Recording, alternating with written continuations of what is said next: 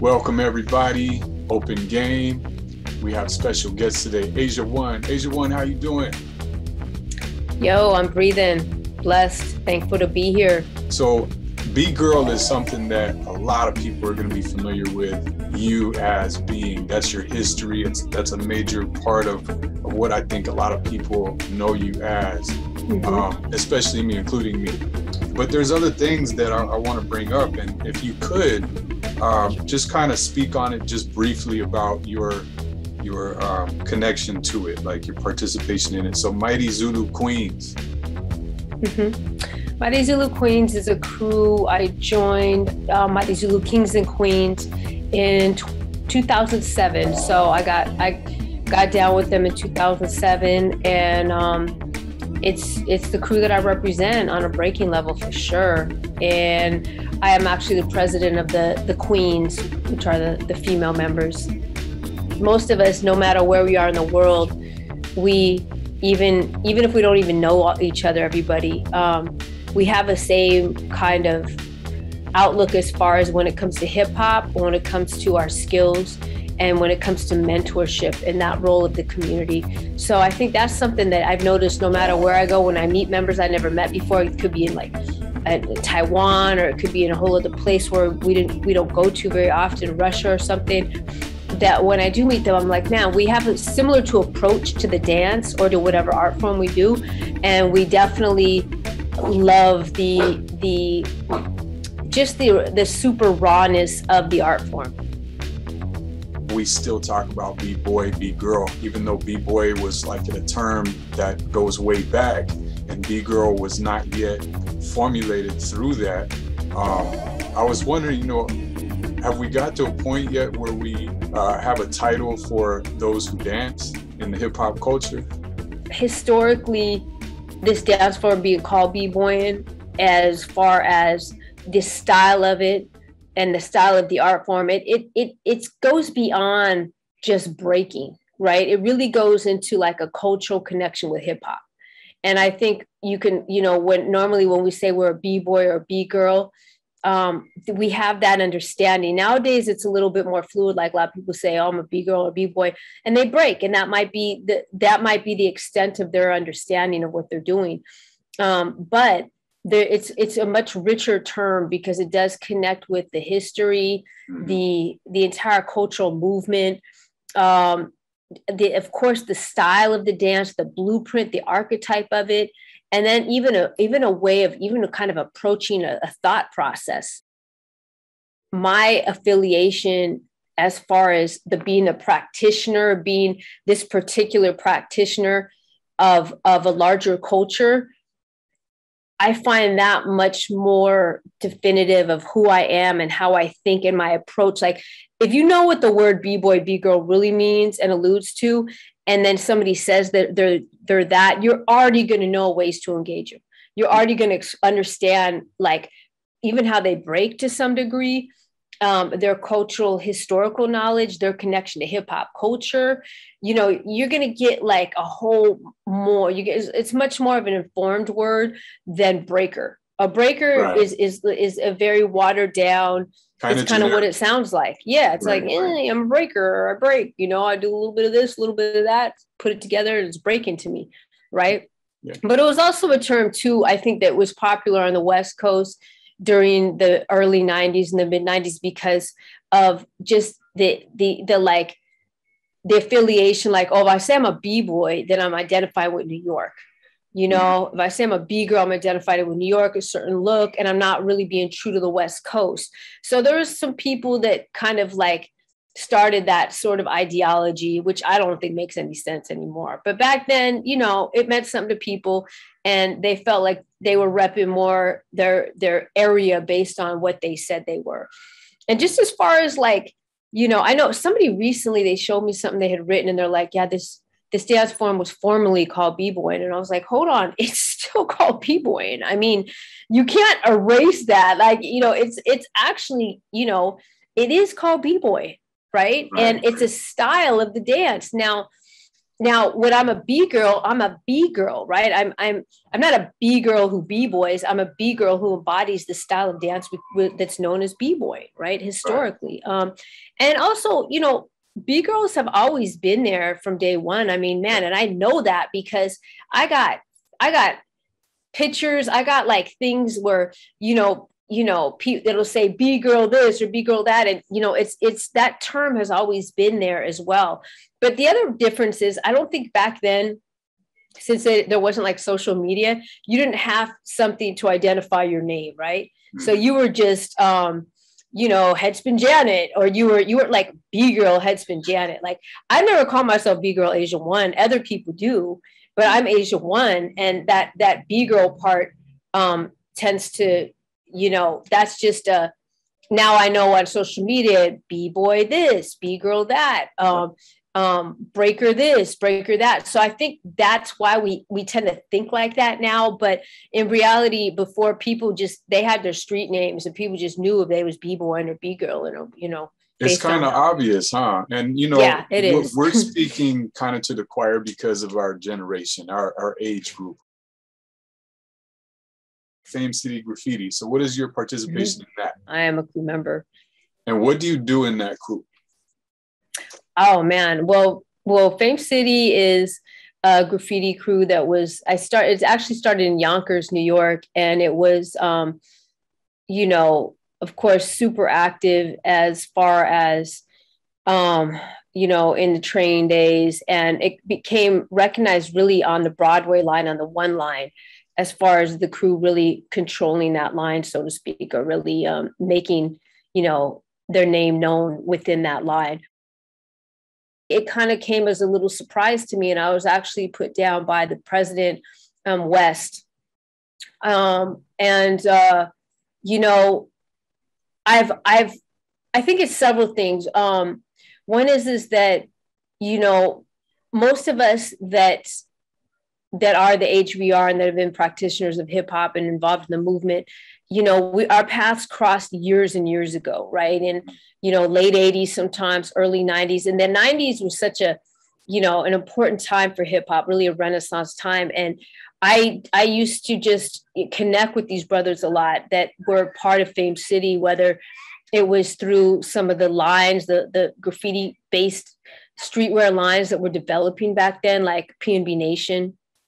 And I used to carry them to my hip hop shop because I had a hip hop shop when I graduated high school. And so I was already sort of connecting with these individuals and meeting up with them at various locations, or it could be like underground trade shows or Zulu Nation anniversaries, Rocksteady anniversaries, or whatever it was.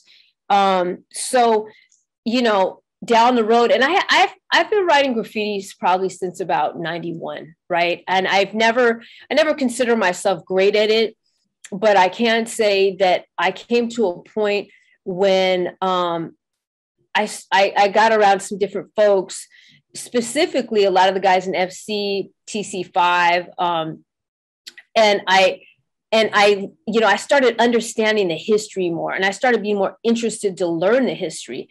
And it always tripped me out because I was like, yo, the thing about hip hop is, there's these lineages of crews that throughout time have created styles of letters and created, they're known for different things. And it's just like breaking, right? And all of that, was being developed around the same time frame, and it all intersects a lot. A lot of these people were breaking, writing graffiti, rapping, there's, hip hop as a cultural expression coming out, of New York at the time it did, it just, people were doing different things, obviously. And I think when I'd always had appreciation for the traditional style and understanding of it, but I myself started becoming more of a student of it.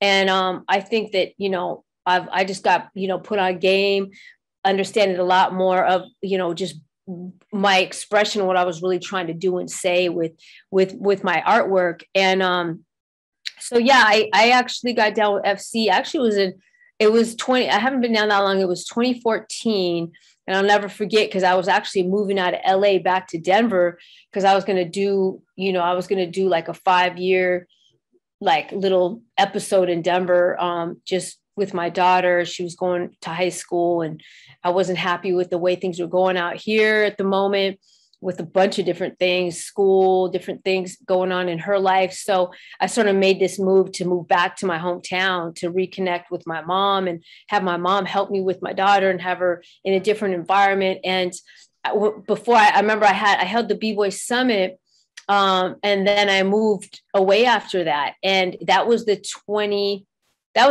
anniversary of the summit. And I remember the West, he was like, yo, I gotta talk to you, before you bounce out. And I was like, yo, what's up? And I met with him. He's like, yo, we want you down with the crew. And I was like, what? Like, I mean, I can't tell you, like, when something shocks you, like, I was like, yo, and he was even like, so do you want to be down? Like, I think my expression was more like just like the jaw drop kind of expression where you don't even seem happy about it because you're too like, what? Like, it came out of left field. And, ever since I got down, I think I've been stepping it up a lot in terms of, my pieces and how I've been learning and connecting. I recently got to paint with, more of the members from New York. And we did a really cool production actually in LA a couple of weeks ago. And that was like an amazing moment. What's going on with No Easy Props? Tell us something about that and your participation. Okay, so No Easy Props was started in 1997, and I started it more as it was already a slogan that was used in hip hop, right? It was, you can think of that era too, the eras that you pointed out, like that 93 era, what have you. There was certain little, verbiage that became like little mantras, right? Like, earn your stripes, no easy props, respect the architects. There was certain things. Yeah, no half step. And so, the no easy props, I think that really stuck with me because being a woman in this, there was always kind of two roads, right? There was the one road of people wanted to give you props because you was a girl doing it, right? And that didn't feel good because it was just like, oh, I have so you have different standards for me, when the whole reason I got into this was just to be, not seen as I had to be like a female doing this or, so I think that, and I also liked it because it really showed us that, like, just like anything, like, you got to work hard to earn respect. Mm-hmm. And you have to pay your dues. And it's all part of that no easy props. It truly is. And I think that, we move forward with it. It became, it was a business. It became all types of things. Like, we always were producing the B-Boy Summit, right? And then we were also involved in touring, like hip hop street dancers around the world. They could be B-boys, B-girls, they could be freestyle dancers, what have you. We were doing stuff like that. Anything and everything, that had to do with hip hop. And then in 2010, we got our nonprofit status. Mm. And that was really that kind of opened the door to a lot of the work we're doing now. We started an after school program in 2007 called Hip Hop 101. And I was blessed to be mentored by someone that understood, who basically approached me because they met me at like a seminar, they went to this hip hop conference that DJ Dusk, rest in peace, that he had at I think it was UCLA, and it could have been at a different college. I can't exactly remember college, but this individual was like, hey man, I really liked what you were talking about. You seem like, you really care about this culture. And have you ever thought about, creating a program for kids with this? And I was like, and it was a perfect timing for me because my daughter was approaching that school age. Like, she was like 4, and I was thinking about it because before then, like, I would take her everywhere with me. And then I was like, man, I got to enroll her in school soon. Like, my life's going to have to change. I'm going to have to like plant some roots. I can't just be this like rolling stone with her that much anymore. And so, I put in the time and energy to learn from this individual how to structure a program, how to get it certified by the Board of Ed, kind of like the procedure. He took me through the ropes, and the benefit of it is we were able to learn. I was able to learn a lot about really how we could structure this nonprofit in a way that mirrored this larger arts nonprofit that he was a part of, right? That was, it's like the mayor's office after school programs for Los Angeles, right? So, so we created Hip Hop 101. We started teaching that. And it's amazing because we've been teaching I don't even know how many years that is. It's however long since 2007. And we've been teaching it every year. We do, we teach probably, if we do 5 residencies, 5 quarters, and they each got 50 kids. I think I did the math, and it's something like 1,000 kids a year, right? Wow. Are going through our pipeline. And the benefit of us and what we do is everybody that teaches this they're all like bona fide hip hop people. Like it's all B-boys and B-girls that are really like cut from that cloth. That program and getting that off the ground and doing the summit, well, those are really the only 2 things we were doing for a while. And I actually, when I was back in Denver, I went back to college to try to finish a degree I had started in 1991.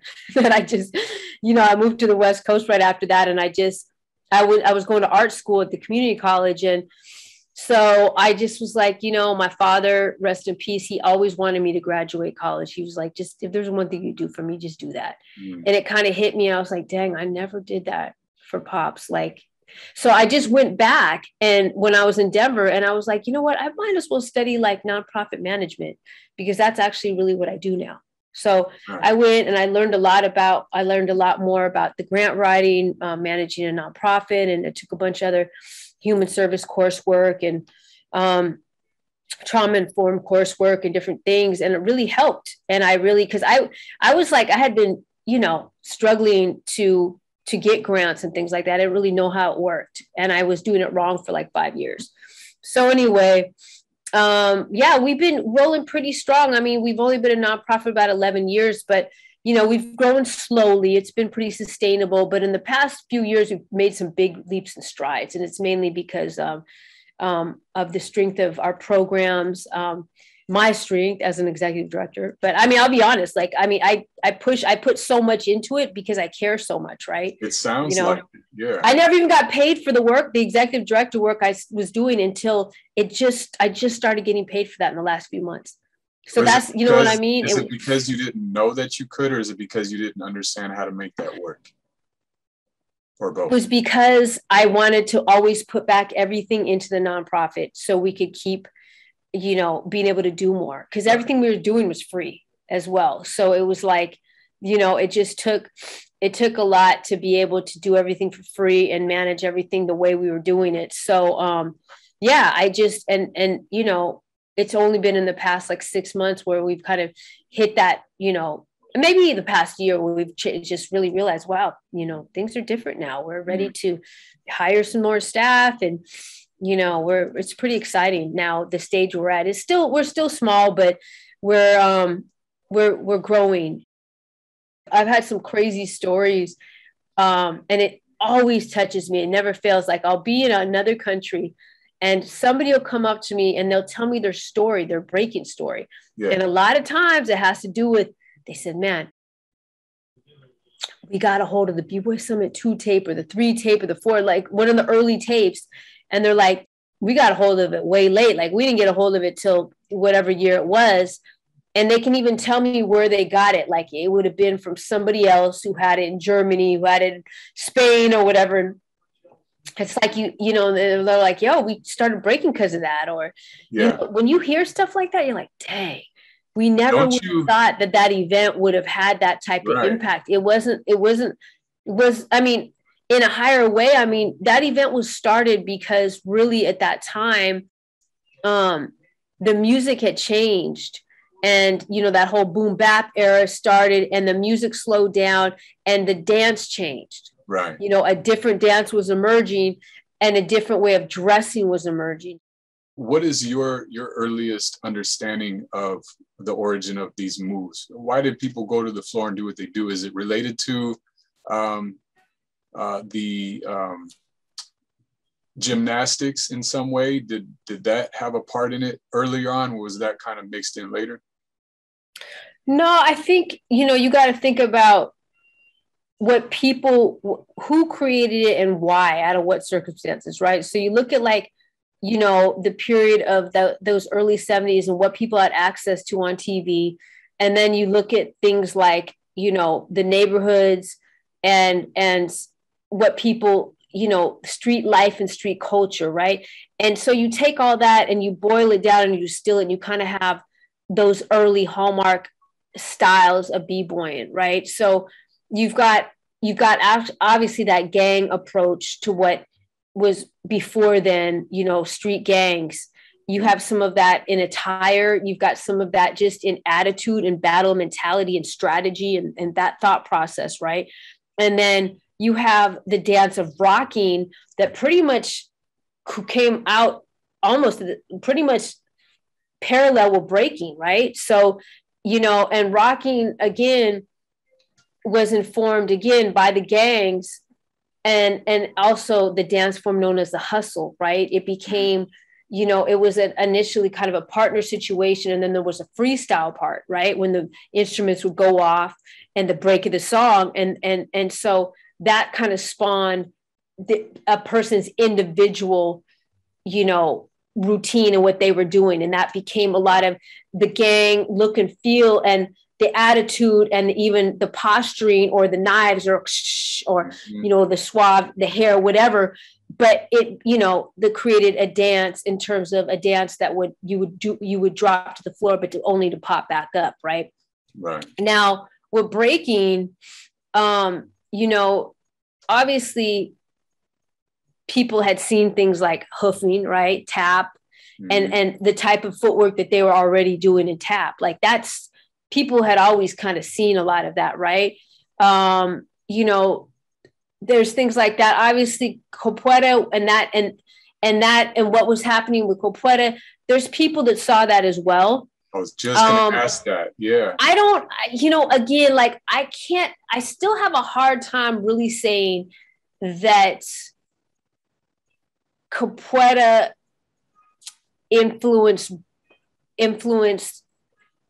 like that when it was always present at the beginning. I think it kind of in my feeling of like what I saw in terms of, and again, I wasn't there, but like, even if you look at footage, like you see kind of more the influence of when Capoeira was more influential.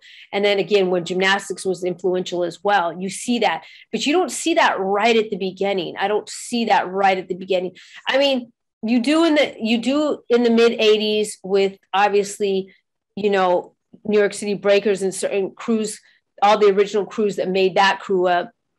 Dynamic Rockers, Incredible Breakers, what have you. You see the athleticism. You see that. You see, the adaptation of all those things, like the flair, the Thomas Flair and different ideas like that. So I think the physicality period it comes out of young people watching a lot of different things, watching different sports, watching possibly the Olympics, watching things. Obviously, Kung Fu, I think you have to really think about that because of the impact of Kung Fu. What was it like? Kung Fu Saturdays? Like it was every Saturday morning, right? Like after cartoons. We had Sunday. It was Sundays. It was Sundays. USA. Yeah. So, I mean, you got to remember, like we were driven by the TV, right? What was on the TV? Well, this came on and then this came on. So I think that for sure impacted a lot. I would say that impacted a lot more than we probably realized, in terms of the idea of, again, the posturing, the swagger, the style, the confidence, the aggression, channeling certain movements and energy into what your body was doing.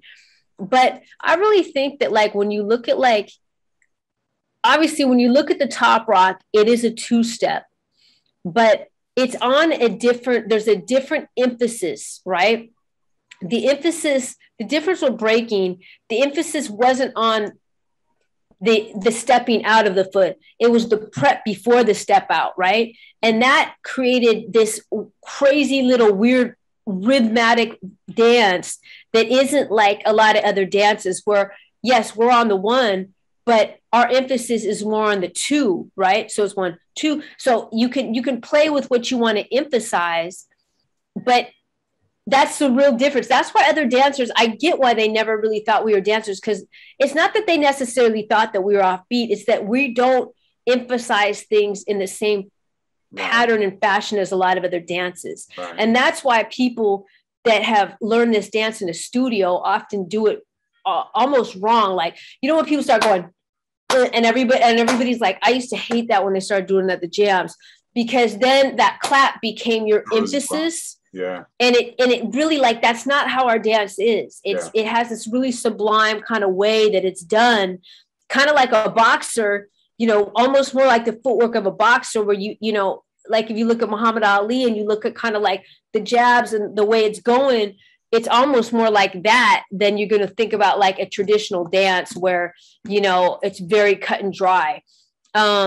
So that's why I love the dance so much, because when you're in it and feeling it, you could do it in a way that's so uncontrived as how we think, like, to move as human beings to music. And it's really freeing. And it's like really beautiful when you see people do that, because you're like, man. And that's why you can take all this stuff and do it within your dance. And it has like an impact the way it does. And that's why people are drawn to it. I really believe it's all of those things kind of put together, because no, we're not classically trained dancers. We're not, our movements have a very specific archetypal look. And no matter how much you want to change stuff up, a top rock's still going to have a classic look. There's a bunch of variations, right? There's ones that we do on the 1 and 2, 3 and 4 and 5. And then there's ones that are very much more stark and distinct, where that stepping out on the 2 is like your emphasis, and it looks, you know, it has more of a rocking feel to it. So all of that is like part of the dance that we know as b-boying and breaking. And wouldn't you even consider those? I got a couple things to say. Wouldn't you even consider that like their threat? That was their style of threat as the dance. You know what I'm saying? Definitely. Yeah. So, and what I was going to say too is the drive. What was the drive? What was the purpose behind all of it? Was it the 1973, you know, the party where everybody started dancing to the breaks and becoming break dancers? Was that the drive? Was that you had 2 breaks, you know, playing for long periods of time? And so even envision it. So envision the party, the DJs, and everybody's there dancing together, right? It's a social thing. You bugging out with your boys or with the girl, everybody's having fun. And then when the DJ would connect those breaks together and elongate them, obviously the feeling feels really different then. Yeah. And you have to respond and do something different. So yeah, obviously you can think of, man, if you channel everything you got into those few minutes that's happening, you're going to get some really great movement. That's the difference between that kind of DJ versus today's b-boy DJ that just spins nonstop elongated breaks, right? Yeah. It's like, how much good stuff are you going to get? Because how long can you really keep that up, that momentum, that energy? And so, yeah, I mean, and I think when it came down to like actually dropping to the ground and getting down, and when people started doing that, you know, again, I think tapping, I think all of that came a little bit, there was, you know, there are some similarities, obviously, but the similarities are, you know, kind of end in the sense that how we hold our bodies, right? Our bodies are always on, we're always on the ball of our feet, because anytime we drop back to our actual heels, we lose our ability to continue a rotation, right? Right. So yeah, our, you know, like those early Zulu spins and all that stuff are really like when you can be on your ball of your feet and you're tossing your body around, you can stay in a tight space. That's the other thing. There wasn't big spaces. There was tight spaces. So all the original kind of footwork and stuff you could do in a small space. And then as far as like how you got to the ground, yeah, that's going to distinguish you from the type of people that just keep it up top. So it became like a creative way to expression. How am I going to get to the ground? Which created this, this whole like library of different kind of go downs. We now know like more traditional step back ones to more of a sweep, more top swipe. There's so many different ways to get to the ground, but that became kind of like, a person's hallmark. They, people were constantly inventing things back then. And it became like when Ken Swift invented the first 1990, it's not like how we see the 1990s now or what we call the 1990s, but it was his idea of like, man, this is 1990. Like, it's so, this is like beyond. And it was a really cool movement that looks more like a coin drop almost, or what we later would call a coin drop. So, but yeah, it's really interesting to kind of think about. What I like is that, I mean, yeah, you can always look and you're going to see things throughout time that you could say, hey, that looks like breaking, or hey, that looks like breaking. But none of it was, none of it's breaking, and none of it's created within the framework of breaking in the time it was and all of that. Like, it really is an original dance form. And I think people should be happy about that. We understand our human body only has, so much movement, right? That's why they can, somebody's telling me today, it's amazing. A dude in the Bay, actually, they have these early books of early wrestling kind of concepts straight out of the walls of Egypt, right? And because he's like, yeah, I mean, there's only so many ways a head can bend, and so many things an arm can do. Yeah. So, he's like, yeah, we took that framework, that what we're doing today is still like what they were doing then. So you can kind of look at that. You can realize it like that to some degree, but it was never shaped in this specific way with the specific narrative, with the specific music, and with all these other things happening at the same time. Really, when breaking came out, when the movie came out, it really, again, it informed a whole different group of people that obviously weren't from New York or weren't around during when breaking, like, when it initially came out and what have you on a popular lens scope. And so pretty much the movie Breaking now informed people that breaking is actually popping, locking, breaking. It's whatever you're seeing them doing on that screen. Right. So there's a lot of people, believe it or not, and I'm always surprised, but there's a lot of people, especially of a certain age group, that think, breaking is actually all these things together. Right. Yeah. That's true. It's definitely misunderstood because that's the thing. Like, the culture of hip hop, it didn't have a roadmap. It was being created for the first time. It's a derivative of everything. Yeah. It was exploited when the money came in and the industry started. Corporations picked it up. It was being manipulated and perverted in so many different ways. That's definitely something that I'm glad that you are a part of, is to correct that and to make sure that it's understood. KRS-One does a lot of that. We have a lot of our OGs out there that make these points and say, hey, that's not really what that was. This is what it came from. And I really appreciate that because, like you said, I'm a student myself, and I'm always going. We all are students. We're always learning more nuances and more understanding, which is great. And I mean, I can't speak as if I was there. That's for sure. But I can speak from the point that I did come into the scene. And I'll be honest, like, and what you did and specialized in. I mean, the reality is that many people that, we do know what's going on. Like, we know the story to some degree, especially when we came on the scene. We can talk about stuff for sure from then on.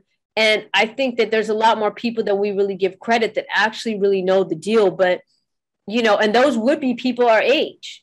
For the most part. That's why you're seeing a lot of the regeneration of a lot of the popular themes in different movies or in different things, because the people that are our age that are kind of calling the shots now to some degree, maybe with certain fashion industry companies or in movies, or their directors or what have you. So they're putting these themes in some of their movies, and it's really refreshing because it's helping people remember again, oh man, that is how it was. Like, that's start a true, conversation. yeah, Yeah. thankfully, it's not like you said, it's still a young enough culture that now people can, of a certain age, they can, they still want to remember it. They still want to support it some degree. And then they have a chance to share it with their kids too. So they're Right. sharing it with their kids through, it could be some of the popular music. It could be, through some of the movies and what they're presenting this is. And I think that that's the cool part is that we're able to, it hasn't been so long that, everybody's dead and gone, thankfully. I mean, people are dying way too quick. Yeah. Don't get it twisted, but there's still so many people that are alive to be able to share, explain, teach, tell that, it's a blessing, really. Yes. And that's one of the things I aim to do on here is to archive our guests, speaking on these things so that they can be looked at later on, and we can hear from those who are out there, on the battlefield, so to speak. We've helped develop and stabilize the culture, what we've been talking about here of hip hop in our communities. But what is community life like for you when you're not breaking, when you're not a part of like your organizations and painting on a wall? Well, I'll say this. In the last 2 years, with everything going down the way it has, we've actually been able to step back and spend a lot more time meeting together, connecting with people. We're learning to share resources finally. Like, I think that we kind of pulled our heads up because we were so in our own lane, focused on what we were doing, whether it was with our own businesses or what have you, that we couldn't even keep up with what everybody else was doing. And I think that things slowed down enough in the past couple of years that we were able to kind of care about other things beyond ourselves. And that's really been a big impact in these past couple of years. I could say, we grew something called the United Hip Hop Vanguard in response to really realizing that the cultural aspect of breaking was being lost based on a lot of two main things. One is kind of corporate consumption, and the other part is that of the lack of mentorship, of the passing down the traditions and understanding the knowledge, right? So it became just this kind of competitive lane. So it's really more about reculturating events and making sure that each community felt supported and had the resources it needs to feel like it can have a cultural event and focus, and it could pull in local businesses and this kind of local model that can be replicated around the nation, right? Because that's kind of what it's about. You really have to deal with your own backyard, no matter what you think about anything else. Like, it really is important to be focused and driven in your direct community. Right. So, and a lot of that for us and for myself is really connecting again with other organizations, other groups, what they're working on. For me, I'll say that I am blessed because I've always been into health. As somebody who grew up in the 70s, we just didn't have a lot of unhealthy things at our disposal in terms of like ways to spend our time. Like, yeah, we had a lot of time and it wasn't structured, but we basically, played sports, we danced, we created stuff. We were just messing with stuff, you know what I mean? And I was blessed to be, to learn about the principles of eating and understanding that. And like, my father's from China, and I would study a lot about Chinese medicine. And, I started studying like Ayurvedic medicine. This is all a long time ago because I was just interested in it. I thought that's what I was actually going to be as an adult. Like, I was going to be a healer and a practitioner of those things. And I think for me, more than anything now that I realize is a real lack of personal responsibility and accountability that we, for whatever reason, we feel like we've just lost a little bit of our common sense of practical ways to live, of practical ways to raise our kids, of practical understanding of how to eat and the level of activity we need. And you really see how this pandemic has played on that and really put some people out the game based on that. And I think that, it's more, I've been more and more preoccupied with that, and also spending time helping people that need help, right? Or spending our time and our resources to actually help people that clearly can't function at the same level that we can, and what that looks like. So for me, that's pretty much how I live and what I do, because I got to be able to get out of my own head so I don't really be consumed with the world too much. It's really, there's really no real stability out there other than your faith in God. That's paramount. I mean, they've even shown, when they studied a bunch of young people, what they realized, the two things that really helped them out the most is having an adult mentor in their life and having a sense of spirituality. Wow. So if scientists are seeing that those are the things that are helping young people most, then we can kind of look and realize how we can fit into that and how we can be part of that for young people and people in general, and what it really takes. So it takes really going a little bit, pumping the brakes and pulling back, and realizing, like, what am I going to, how can I contribute, right? What am I going to do to contribute? Because it's really not all about me. It really doesn't have too much to do with my individual success or what I'm trying to grab or, hold on to. And if I can actually spend my time helping other people, the gratification it gives me is already the feeling that I need to get through life. And that's why I asked that question. What are you doing out there besides No Easy Props? What are you doing besides painting? Well, if you remove those, you're painting with people. I'm sure you've interacted with the youth through painting. Yeah, but definitely. The principle of that is that you're doing it with the youth. We have an obligation to help people who need help, period. No matter why they need help, no matter their situation. If we all focus a little bit more on that, we really can change stuff. So, that's how I spend my time, because if not, like, I'll feel like just a sense of like hopelessness, right? Because I think we get that. That's another part of our human condition. When we're not helping others, we feel kind of hopeless about everything. Like, this world is hopeless. Like, you see it all the time. People talk about it all the time. But the remedy for that is just doing something. Because once you start doing something, you're going to keep doing some more and more. And you realize, like, wow, this really is addicting, but in a good way, Yeah. So I think that's key. I think so too. And what you said is important. We must set out to do that in hopes of a ripple effect. Yeah. I think instead of making it a job and making money off of it and getting like, street cred or something like that, I think it's more of the hopefulness of it takes a village to raise a child, being community minded and starting that movement that's going to create a ripple effect to make a difference for everybody. Because you and I feel that we're the same. You can't not look over there or hear what's happening and just keep doing your hip hop and feeling good, So I think it's a world thing. I think it's global, and I really appreciate everything that you touched on and spoke about. All right, folks, thanks for joining us with our special guest, Asia One. I really appreciate you a lot. Thanks for joining us in this open game episode. We're going to be in touch. We're going to do some work together. So everybody out there who wants to get in contact with you, Asia, how can they do that? Man, they can just email me if they want. They can email me Asia1, the number 1, NEP, that stands for No Easy Props, at mac.com, mac.com. They go on my social media. It's that same Asia1 NEP for No Easy Props. That's on Instagram.